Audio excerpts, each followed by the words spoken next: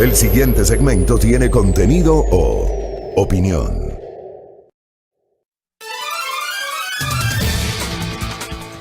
Muy bien, 6 de la mañana con 26 minutos. Gracias por la sintonía. Ya tenemos una muy interesante visualización a esta hora en nuestra transmisión de Facebook Live.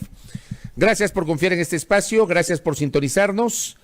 No se olviden, tienen varias posibilidades para escucharnos, para vernos, para compartir nuestras noticias, nuestras opiniones y nuestras entrevistas. La señal abierta de Majestad en Pichincha, Esmeraldas y Manabí, por televisión en Santo Domingo de los Áchilas, por internet a través de www.radiomajestad.com, también por Facebook Live, por las fanpages de Majestad Radio y de Primera Plana, que es nuestro portal.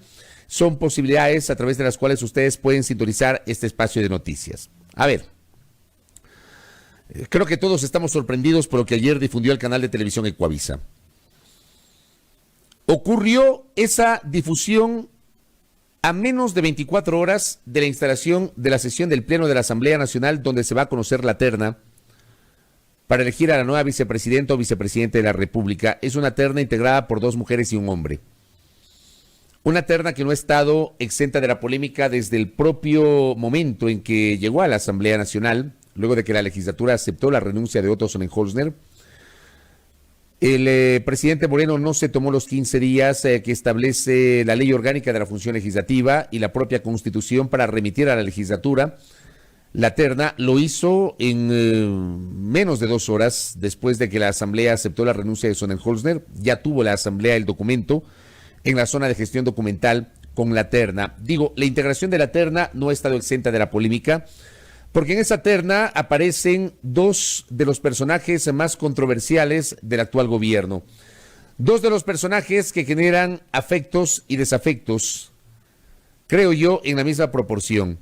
Cada quien tiene una valoración sobre las ejecutorias, la forma de ser, la actitud de la ministra de Gobierno y del secretario general de Gabinete.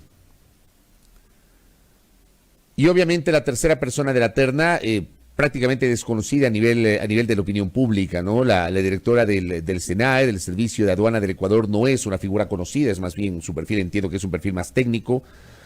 No resulta tan conocida ni tan política como las 2 primeras autoridades mencionadas. Durante toda la semana se ha hablado y hemos tirado números. Yo mismo les decía ayer, según mis cálculos, según mi proyección, según mi modesto conocimiento de los temas legislativos, yo hasta ayer no veía votos para elegir vicepresidente o vicepresidenta de la República. Hoy creo que las cosas se pusieron todavía más cuesta arriba.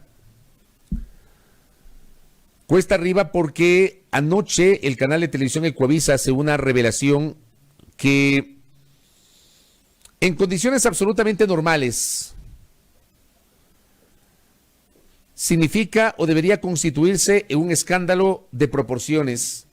Y digo esto porque, si bien es cierto, yo posteaba ayer en mi cuenta personal de Twitter a propósito de este tema, que la política ecuatoriana está en su peor momento, reducida a niveles de alcantarilla, decía yo, tema que asquea, que repugna. No es menos cierto que la historia de la República, amable audiencia, ha tenido varios pasajes, múltiples pasajes, asociados al escándalo político y también a la corrupción. Yo tengo en la retina particularmente 2 pasajes de corrupción que fue en su momento, creo yo, comprobada, que desató un escándalos, que provocó caídas de vicepresidentes, de autoridades y hasta de legisladores. Tengo 2 en la retina, de los más, digámoslo, recientes, si se puede llamarlo así. No son tan recientes, pero tienen que ver con estos 41 años, casi 41 años de vida democrática. Este episodio, que lo he relatado varias veces en estos micrófonos, el ocurrido durante el gobierno de Durán Ballén. Durán Ballén llega en el año 1992 a la presidencia de la República, gobierna hasta el año 96. En aquella época, amable audiencia, los diputados provinciales duraban 2 años y teníamos cada 2 años elecciones intermedias para renovar parcialmente el poder legislativo. y elegíamos diputados provinciales a mitad de periodo. Esa elección se constituía en una suerte de plebiscito para el gobierno de turno. Y casi siempre les pasó a todos los gobiernos que enfrentaron esas elecciones intermedias del Poder Legislativo. Le pasó a Febres Cordero en el año 86, le pasó a Rodrigo Borja en el año 90, le pasó a Sixto Durán Ballén en el año 94.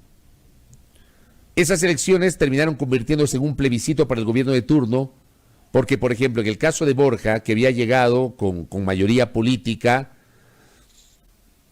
tenía un bloque numeroso, no le alcanzaba, se alió con la Democracia Popular para generar una confluencia política fuerte en el Congreso Nacional que se perdió en 1990 con las elecciones intermedias. Lo de Durán Ballén fue todavía más complejo, porque luego de tener un bloque importante de legisladores en esta alianza entre el Partido Unidad Republicana, que nació y murió con la elección del arquitecto Durán Ballén, en confluencia con el Partido Conservador, que fue reconstituido con la presidencia de Alberto Dajic, partido que ya no existe más en la historia de la República, digamos, ese bloque importante de legisladores se pierde en la elección intermedia del año 94. ¿Y qué ocurre en el año 95? El escándalo de los gastos reservados de la presidencia de la República. Cuando se devela que el gobierno del presidente Durán Ballén destinó ingentes cantidades de dinero para comprar diputados. Ahí es donde de alguna forma nace la famosa, no le voy a llamar leyenda urbana, más allá de que nunca lo he visto, pero ahí nace el famoso argumento del hombre del maletín. Develado por el propio Alberto Dajic al periodista Jorge Iván Comendieta, esto les relaté en los últimos días a ustedes, queridos oyentes, televidentes, internautas. Jorge Iván Comendieta, que publica en su columna Barajando los Días una opinión relacionada con el chantaje que a su juicio estaba sufriendo el gobierno del presidente Durán Ballén en su momento, y esta revelación de Alberto Dajic, que significó el principio del fin de la vicepresidencia de Dajic. No recuerdo que hayan sido sancionados legisladores, pero sí le costó el puesto al vicepresidente de la República. Se destinó plata para comprar diputados. En términos morochos, en términos reales, el Estado ecuatoriano destinó recursos que no eran auditados por su propia naturaleza, eran gastos reservados para comprar diputados de la República en 1994. Revisen la historia, 94-95. El gobierno de Durán Ballén no tenía mayoría y necesitaban comprar diputados para aprobar leyes. Una de esas, la ley de régimen del sector eléctrico, que es tal vez la que se me viene a la mente en este momento. Había todo un plan de modernización, entre comillas, que implicaba la privatización del sector público de las áreas estratégicas. Finalmente ese plan no se concretó, y no se concretó por la movilización ciudadana y por la oposición de los trabajadores sindicalizados de los sectores estratégicos. Revisen la historia. La historia dice que el gobierno de Durán Ballén, con Alberto Dajic como instrumentador, aunque a algunos no les gusta, algunos se resienten por lo que digo, pero es lo que pasó, no es un invento de quien les habla, eso recoge la historia. Y por eso le iniciaron un juicio penal al entonces vicepresidente de la República. Destinaron recursos de los gastos reservados para comprar diputados. Eso pasó en el año 95, querida audiencia. Y voy 2 años después, porque 2 años después, en el gobierno de Abdalá Bucaram, cuando Abdalá Bucaram cae, y reitero, de modo inconstitucional, al presidente de la República de la época lo despojaron del poder, de modo inconstitucional, 44 psiquiatras. Y no estoy defendiendo al gobierno de Bucaram, por si acaso. Estoy hablando y poniendo en contexto lo que hace nuestra clase política y lo que ha hecho nuestra clase política. A Bucaram y a Gutiérrez los destituyeron inconstitucionalmente, así de simple. Habrá visiones que no compartan, esta es apenas mi visión. Cuando cae Abdalá Bucaram, entre otros hechos, por denuncias de corrupción, recuerden ustedes que a Bucaram le inician un juicio por supuesto peculado, por supuestas irregularidades en el contrato para la mochila escolar, y le inician también un juicio penal por peculado, por supuesto mal manejo de gastos reservados de la presidencia de la República, otra vez entraron ahí los gastos reservados. Bucarán, que no tenía mayoría en el Congreso, también tuvo alianzas en la legislatura. Esas alianzas, por ejemplo, permitieron que Fabián Alarcón llegue a la presidencia del Congreso Nacional. No tengamos memoria corta, el doctor Alarcón inicialmente era aliado de Bucarán, cuando llega a la presidencia del Congreso el 10 de agosto de 1996. Y yo recuerdo claramente, y hablo con conocimiento de causa porque era reportero parlamentario en esa época, yo recuerdo cómo se repartieron la Comisión de Presupuesto. En aquel tiempo los diputados de la República, querida audiencia, manejaban partidas extrapresupuestarias, manejaban recursos, dinero contante y sonante, entregado ¿por quién? Por el Estado Central. Partidas extrapresupuestarias de fuera del presupuesto general del Estado. Los legisladores manejaban plata y con esa plata generaban un trabajo clientelar, construyendo canchas de uso múltiple, que el adoquinado de la calle en el barrio tal, para obviamente conseguir votos y conseguir adhesiones a su gestión en la legislatura. Así era de desnaturalizado el rol de los legisladores antes de la Constitución del año 98. Para los de mi generación, no tengamos memoria corta y les invito a los más jóvenes a revisar la historia. Y se repartieron la Comisión de Presupuesto. En la Comisión de Presupuesto, por ejemplo, no era presidente, pero era integrante Santiago Bucarán Ortiz, que era hermano del presidente de la República. Esa comisión era presidida, si la memoria no me es infiel, por el diputado de la Democracia Popular, Carlos Vidal, de la provincia de Sucumbíos. Era la comisión más apetecida del Congreso Nacional. ¿Y qué pasa cuando cae Bucarán, querida audiencia? ¿Qué pasa? Cae Bucarán y aparece la red Peñaranda, a través de la cual se descubre o se devela una colusión entre un individuo que no tenía nada que ver con el Congreso, pero que se alía con legisladores para comercializar material escolar. Esto le costó el puesto a varios legisladores, cerca de una veintena de legisladores y también al propio Luis Peñaranda. ¿Por qué hago estos antecedentes? ¿Por qué hablo de estos antecedentes? Porque en estas horas casi que la revelación que hace ayer el canal de televisión Ecuavisa nos traslada mágicamente, nos incorpora, nos introduce en ese túnel del tiempo y nos traslada desde el 2020 al año 95 y al año 97. Porque lo que ayer denuncia Ecuavisa, lo que ayer publica Ecuavisa, termina siendo grave y muy grave. En condiciones normales, este debería ser un escándalo de proporciones épicas en el ámbito político, como pasó en el 95 y como pasó en el 97. Por eso me he tomado unos minutos, querida audiencia, para hablar de estos antecedentes, porque en estos antecedentes sí fueron escándalos de proporciones políticas que le costaron en el un caso el puesto al vicepresidente de la República y en el otro caso el puesto a varios legisladores. Lo que hoy está viviendo el país, querida audiencia, es muy, pero muy grave.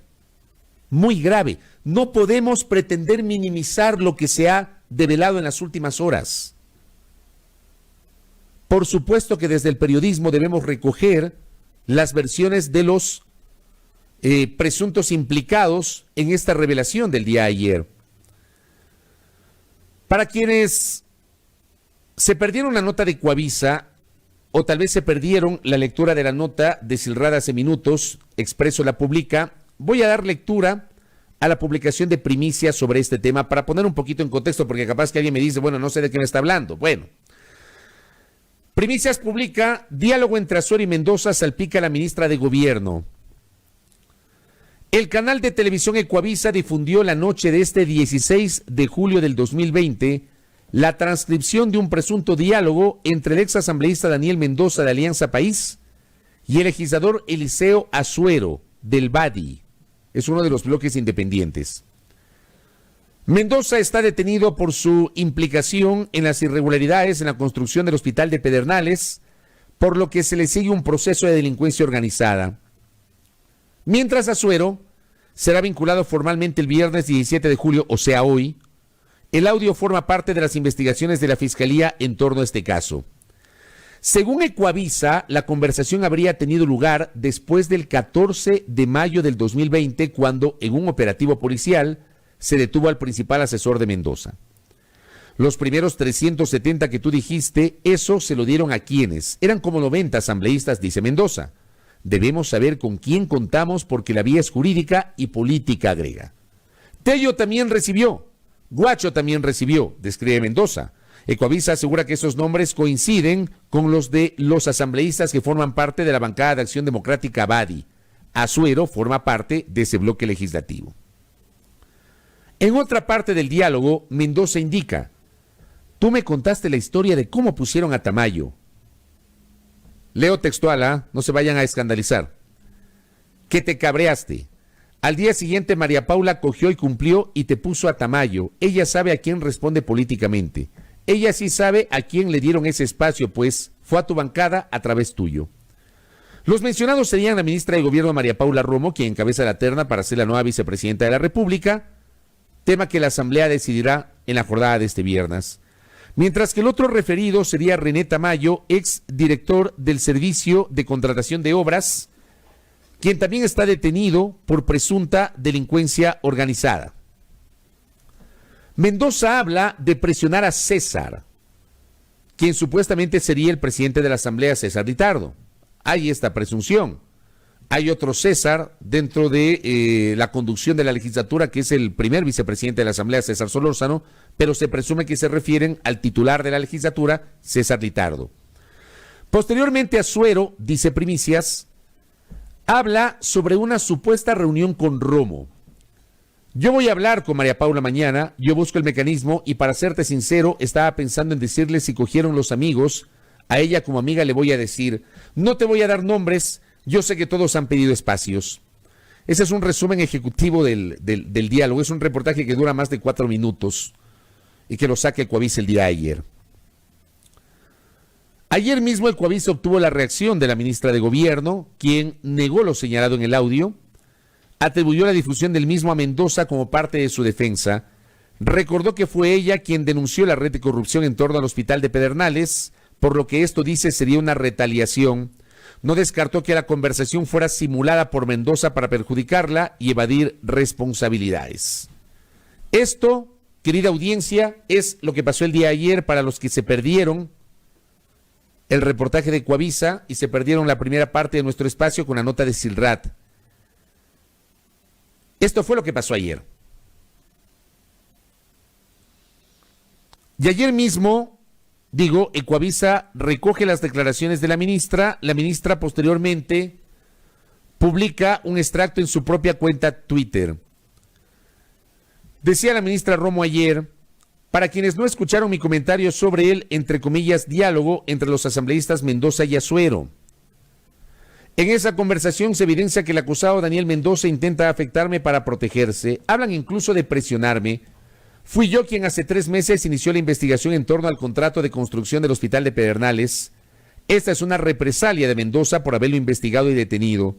Cumplo con mi función como ministra de Gobierno y con el compromiso que tengo con el país. Si tienen algo en mi contra, que lo prueben. Un audio grabado con claras intenciones de hacerme daño no es prueba. Son pruebas las que encontramos en su contra. Debemos dejar que la justicia investigue. Esta fue la reacción de la ministra Romo, y ayer mismo hubo una reacción del asambleísta Eliseo Azuero a través de un comunicado. Anuncia que hoy viernes compareceré personalmente a la diligencia que la Fiscalía General del Estado me ha convocado, anteponiendo mi honra y mi dignidad a mi propia vida, pues mi estado de salud me conlleva a una situación de riesgo frente al COVID-19, dado que, como he hecho notar documentadamente, tengo enfermedades preexistentes que pueden complicar mi salud. Debo ser categórico en descartar que la transcripción de supuestos audios que circulan en los medios de comunicación no se apegan a la verdad, y lo probaré las veces que sean necesarias ante las autoridades. Sin lugar a dudas, la intención clara y evidente es desacreditarme ante la ciudadanía e involucrarme en una trama de corrupción en la que no he sido ni seré partícipe. Sea cual fuera el desenlace de la audiencia, sostendré mi inocencia y probaré que no he recibido un centavo mal habido, ni he formado parte de una organización delictiva como pretenden involucrarme, pues mis principios, mis creencias religiosas y el amor a mi pueblo y a mi familia me lo prohíben. Ese es el comunicado del asambleísta Eliseo Azuero y el comunicado también de la ministra de Gobierno, María Paula Romo, que queda para el análisis de cada uno. Como corresponde, difundimos la noticia citando las fuentes correspondientes y obviamente los desmentidos, en este caso, de los involucrados. Más allá de eso, amable audiencia, y por eso me tomé unos minutos para hacer esa mirada retrospectiva a 2 episodios anteriores, ya queda la duda. ¿Y cómo se hace para clarificar las cosas? Dejando que se generen las investigaciones correspondientes. ¿Quién tiene que generar esas investigaciones? La Fiscalía. Pero mientras tanto, yo lanzo esta pregunta pública, que creo yo que es absolutamente válida en estas instancias. Me parece a mí, y es apenas una opinión de quien les habla, me parece a mí que en este momento, frente a la duda, la ministra de Gobierno no debe ser designada vicepresidenta de la República. Al menos hasta que esto se clarifique. Porque hay una duda. Y la única manera de clarificar esto es con las investigaciones. O sea, no concibo que una persona que está hoy siendo señalada, y vamos a tomarle la palabra a la ministra Romo. La ministra Romo dice el día de ayer en el comunicado que hay una intención de Daniel Mendoza para afectarla a ella y él para protegerse. Ella deslegitima esa conversación. La ministra asume de que es una conversación, un diálogo entre 2 legisladores posterior a las acciones de allanamiento y de detención que se efectuaron en el contexto del hallazgo de esta red de corrupción en la provincia de Manabí. Ella dice que esta conversación fue después y que claramente lo que hace es intentar afectarla. Habría que determinar si la ministra está segura o tiene la prueba de que los 2 mencionados legisladores estaban seguros de que les estaban grabando. Si Mendoza ya estaba seguro que lo estaban siguiendo, que lo estaban grabando, que lo estaban interceptando. O sea, sí me parece que el tema genera dudas, invita a la duda. Pero digo, vamos a tomarle la palabra a la ministra, vamos a suponer de que esto fue un intento para afectarle. La única manera de que se pueda clarificar las cosas, reitero, es con una investigación. Mientras dure la investigación, la doctora Romo no puede ser vicepresidenta de la República. Con todo respeto, no puede ser vicepresidenta de la República. Con la sola duda, creo yo que la duda de suyo ya desnaturaliza la posibilidad de que quien aparentemente ha sido mencionada en ese audio. Y si tomamos en cambio por el otro lado como referencia el audio, lo tomamos así, tal cual, como se lo ha presentado, yo no concibo que una persona que podría estar involucrada en claros actos de corrupción se convierta en las próximas horas o días en vicepresidenta de la República. No lo concibo. No lo concibo. Ustedes saben la posición mía de este periodista. Perdón, hablo en primera persona, pero me corresponde hacerlo. Mi posición a lo largo del tiempo siempre ha sido defender la presunción de inocencia. Para todo. Y con todos. Con todos. Así tiene que ser. Como en casos anteriores, en este también debe anteponerse la presunción de inocencia y el derecho a la defensa. Y permitirse que tras un debido proceso se haga la investigación correspondiente. Y por supuesto, la ministra de Gobierno, el asambleísta Azuero y otros legisladores que aparentemente son mencionados ahí, se menciona a un Guacho, se menciona a Mechita, no sé, se menciona a un Tello. Cada quien deberá responder, pero cada quien es inocente mientras no se demuestre lo contrario. ¿Y cómo se demuestra lo contrario? En tribunales. Esta es una posición que he defendido a rajatabla desde siempre y ustedes lo saben. Los que me siguen desde hace mucho tiempo lo saben. No me voy a desdecir. de una forma de pensar que tengo. Eso de modo alguno me hace ser un periodista tibio. Sí trato de ser responsable y coherente con lo que pienso y con lo que digo. Pero insisto, más allá de la presunción de inocencia, por un tema de sensibilidad con el país, de sensibilidad, y para demostrar que el que se clarifiquen las cosas va más allá que acceder a un cargo como la segunda magistratura del país, creo yo que la doctora Romo no debe ser elegida vicepresidenta de la República. Me parece a mí que, de hecho, esto que ha ocurrido ya termina por deslegitimar la propia terna, que ya estaba deslegitimada políticamente y desde el punto de vista de algunos juristas, jurídicamente también. Y yo sí soy de los que cree que la Asamblea Nacional tiene la posibilidad jurídica de devolver la terna. No lo dice expresamente la Constitución, pero si ustedes revisan y leen el texto del último inciso del artículo 150 de la Constitución, se habla de que si la Asamblea omite pronunciarse, no dice si omite elegir, dice si omite pronunciarse. La Asamblea, ¿cómo se pronuncia? A través de resoluciones, así se expresa la Asamblea Nacional. Si se requieren 70 votos para elegir, se requieren 70 votos para devolver la terna. Perdónenme, ratificando el concepto de la presunción de inocencia, a mí me parece que esta terna está deslegitimada por decirlo menos. Y frente a eso, lo lógico es que el día de hoy la función legislativa salga por sus fueros. O en su defecto, que el presidente de la República tome una decisión. Yo no sé si jurídicamente el presidente de la República puede retirar la terna. No estoy claro en eso. Pero creo que hoy la clase política tiene que demostrar sensibilidad. Al menos hasta que se aclaren las cosas. Al menos hasta que se determine si efectivamente esa conversación es un montaje para afectar la imagen de la ministra de Gobierno o si esa conversación termina convirtiéndose en una revelación que podría o debería en condiciones normales. En condiciones normales digo, por eso insisto, me tomé unos minutos para hablar de lo que pasó de lo que ocurrió antes. En condiciones normales, esto debería traer consecuencias.